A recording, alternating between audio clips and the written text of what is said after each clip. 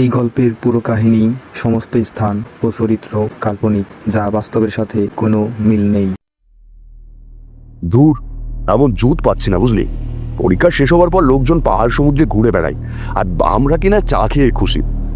হ্যাঁ ভাই, আমরা তো তোর মতো গোমরাথেরিয়াম নই, ছোট ছোট জিনিসে আনন্দ উপভোগ করার মূল্য দিতে জানি। হ্যাঁ, সেই কিছু বছর পরে যখন বাতের ব্যথায় বিছানায় পড়ে কাতরাবি, তখন বুঝবি সময়টাতে অ্যাডভেঞ্চার না করে পৃথিবীটাকে না চিনে কত বড় ভুল করেছিস।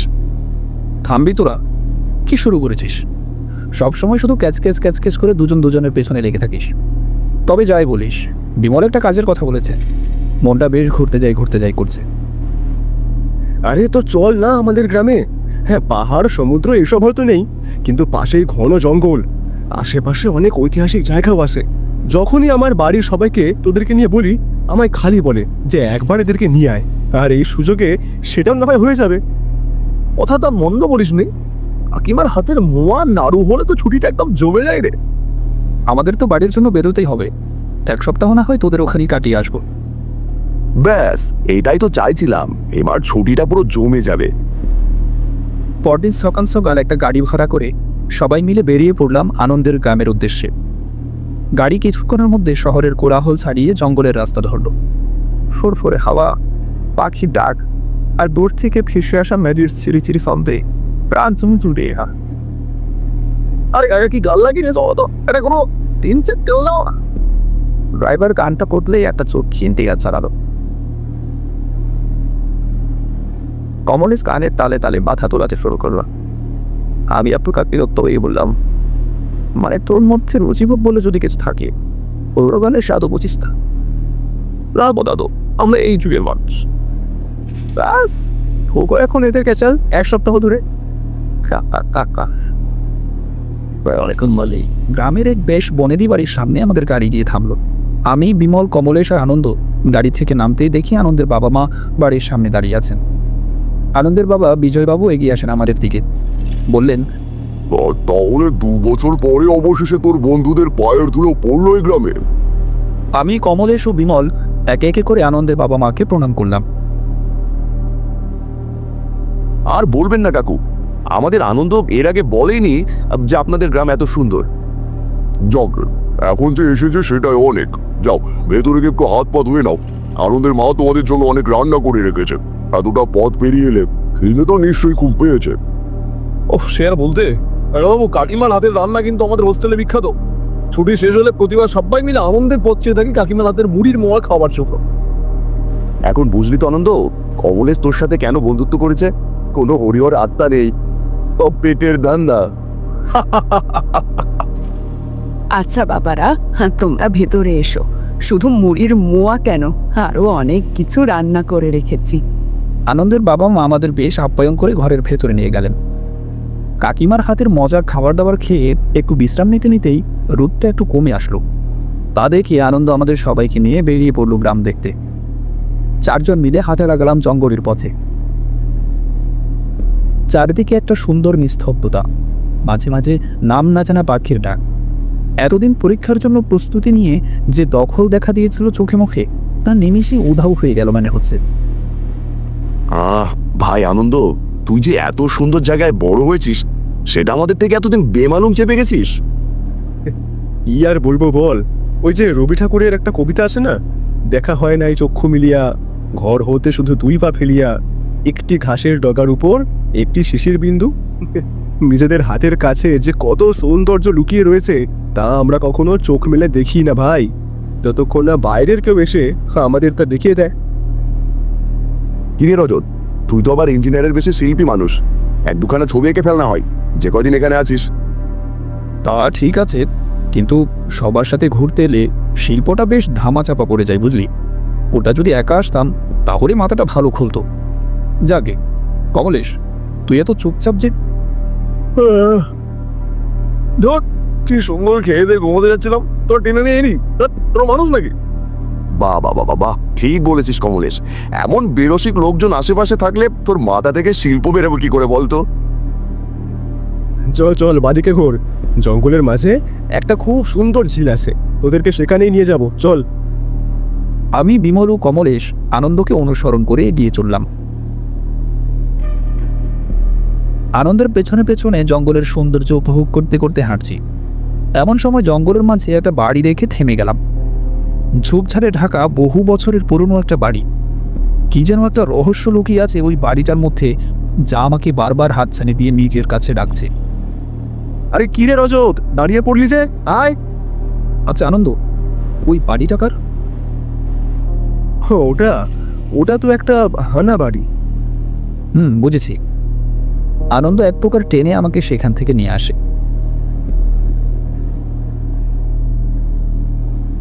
সন্ধ্যা নেমে এসেছে, তাই আমি, আনন্দ, বিকাশ আর কমলেশ গ্রামের একটা ছোট্ট খাবার দোকানে বসে হালকা নাস্তা করছিলাম।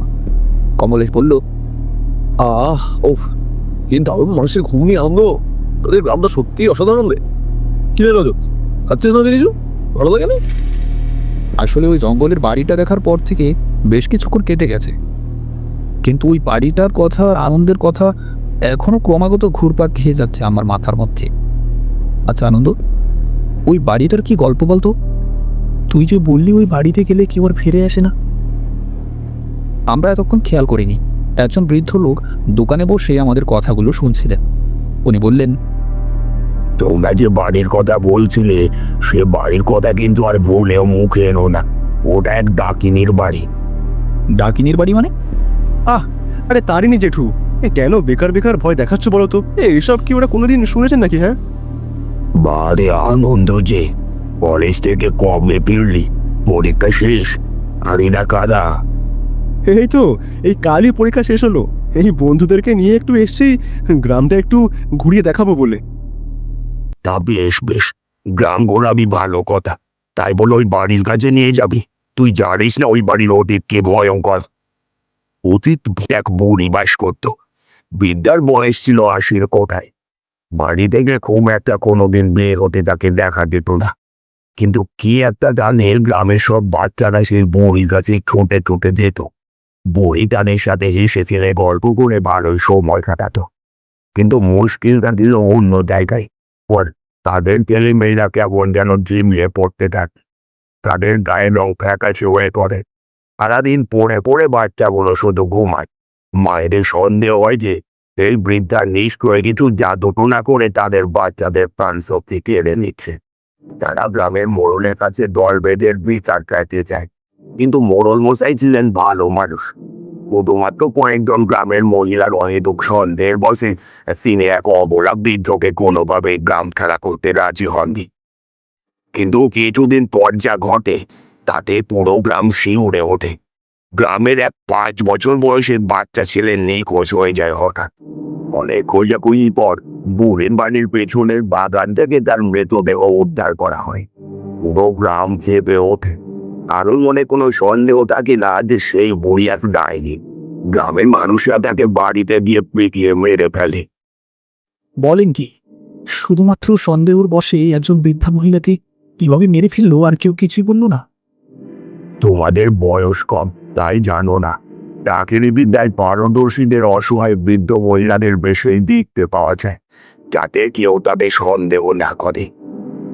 বুঝলেন কাকু, সমস্যাটা হলো তখনকার মানুষদের কোনো শিক্ষা দীক্ষা ছিল না, তাই এসব কুসংস্কারে বিশ্বাস করতো। এখনকার মানুষ এসবে বিশ্বাস করে না। বিমন, আর কথা বলা তো রাত হয়ে এলো, চল ফিরে যাক এবার।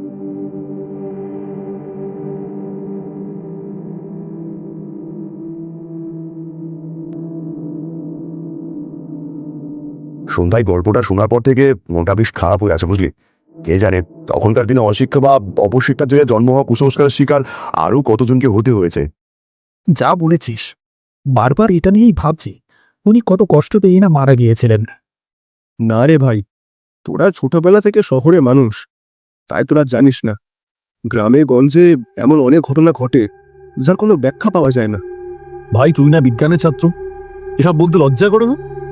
আচ্ছা, তুই বলেছিস এই ছোটবেলা থেকে সবসময় শুনে এসেছিস ওই বাড়িতে কেউ ঢুকতে আর ফিরে আসে না। নিজে কখনো এই বিষয়টা ঘটতে দেখেছিস? না, তা দেখিনি বটে, তবে বেশ নিজের চোখে দেখবার ইচ্ছে তো। ঠিক আছে, চল তাহলে আজই সবাই মিলে ওই বাড়িতে রাতটা কাটিয়ে আসি। বল, যাবি? কিন্তু তোর বাবা মা যেতে দেবেন ওনারা? আরে এটা গ্রাম, সবাই তাড়াতাড়ি ঘুমিয়ে পড়ে। চুপচাপ বেরিয়ে যাব, কেউ টের পাবে না। ইস, আরে ঘুমানোর সময় তোর এইসব অ্যাডভেঞ্চারের কথা মনে পড়ে? দুপুরে ঘুমাতে দিচ্ছে কিন্তু আমাকে। উফ, মেয়ে মানুষের মতো নাকি কান্না নাকিতে চলতো, খালি ঘুম আর খাওয়া।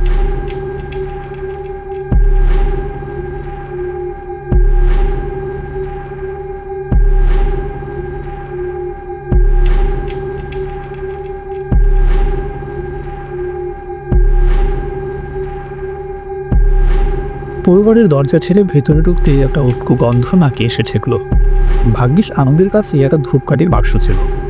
ধূপকাঠি আর কয়েকটা মোমবাতি জ্বালিয়ে ঘরের আশেপাশে আমরা ঘুরে দেখতে শুরু করলাম। দেখে বোঝা যাচ্ছে বেশ বহু বছর হয়ে গেছে এখানে কোনো জনমানুষের পায়ের ছাপ পড়েনি। ঘরের আনাচে কানাচে মাকড়সার চাল, আসবাবপত্রে ধুলো জমে গেছে। পুরো বাড়িটাতে একবার টহল দিয়ে বুঝলাম কেউই নেই। কোনো ডাকিনি তো দূরের কথা, কোনো জীবজন্তুও চোখে পড়ল না। বলো তো, প্রমাণ হয়ে গেল। কই রে আনন্দ? হ্যাঁ, কোথায় তো ডাইনি? কি রে, কোথায় তো ডাইনি বল? এভাবে তেনারা দেখা দেন না, জানিস না তারা অশরীরী।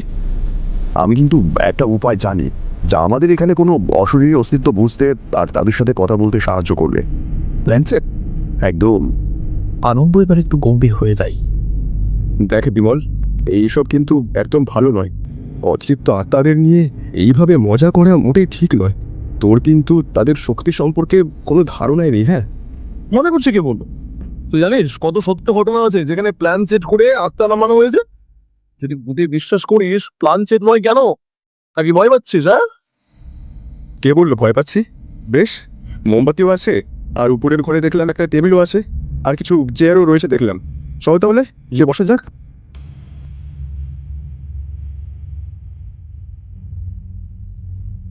আমরা একটা টেবিলের চারপাশে বসলাম। প্ল্যানচেটের নিয়ম কানুনগুলো তোদের বলে দিই একটু।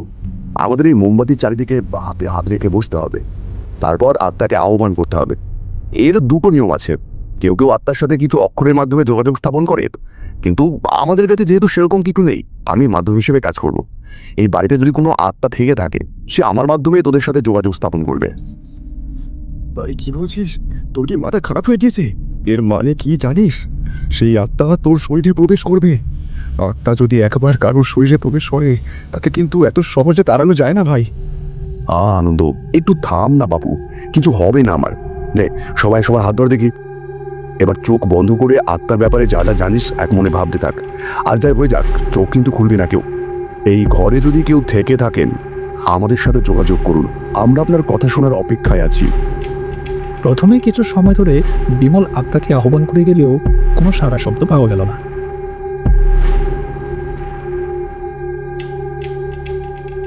কিন্তু কিছুক্ষণ পর হঠাৎ টেবিলটা কেঁপে উঠলে। ভীষণ ভয় পেলেও সেটা চোখে মুখে প্রকাশ করলাম না। এই বিমল, এইসব কিন্তু একদম ভালো হচ্ছে না বলে দিলাম। আমি কি করলাম? টেবিলটাকে নাড়াচ্ছিস কেন? হ্যাঁ দেখ, আমি কিন্তু একটুও ভয় পাচ্ছি না, এই বলে দিলাম। আমি কেন টেবিল নাড়াতে যাব? ওরা ঝগড়া করতে করতে হঠাৎ করেই মোমবাতির আলোটা নিভে যায়। চারদিকে ঘুটঘুটে অন্ধকার। এবার প্রত্যেকেই আমরা বেশ ভয় পেয়ে যাই। এই এই কি হচ্ছে সব? মোমবাতিটা কে নামালো? বিমল, এবার কিন্তু সত্যি বাড়াবাড়ি হয়ে যাচ্ছে। অনেক ভয় দেখিয়ে যে থাম এবার। আরে ভাই, আমি কিছু করছি না, বিশ্বাস কর। আগেই বলেছিলাম, আমি আগেই বলেছিলাম যে সব করিস না। এত বাড়াবাড়ি মোটেই ভালো নয়। রজ, মোমবাতিটা জ্বালা রে ভাই। পকেট থেকে দেয়াশলাই বের করে যেই একটা কাঠি জ্বালালাম, আমরা সবাই স্পষ্ট সেই আলোতে দেখতে পেলাম বিমল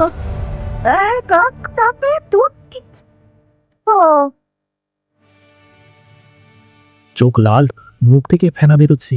এমন অবস্থায় বিমল কমলেশের দিকে হাত বাড়াতে যেতেই আনন্দ পকেট থেকে কিছু একটা বের করে বিমলের দিকে ছুঁড়ে মারে।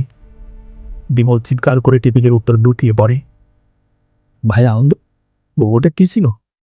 ওটা ওটা শুকনো লঙ্কার গুঁড়ো।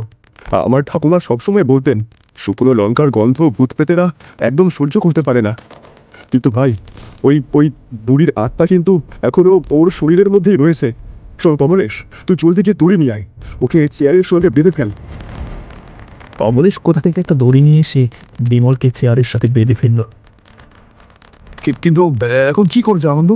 মুড়ির আত্মা ও শরীর থেকে বেরোবে কিভাবে? তোরা সবাই ওর উপরে নজর রাখ, যেন কোনোভাবেই বাঁধন মুক্ত না হতে পারে। আমি আসছি এক্ষুনি। আনন্দ তাড়াতাড়ি করে ছুটে বেরিয়ে গেল। আনন্দ কিছুক্ষণের মধ্যে তারে নিজেকে নিয়ে ফেরতেন।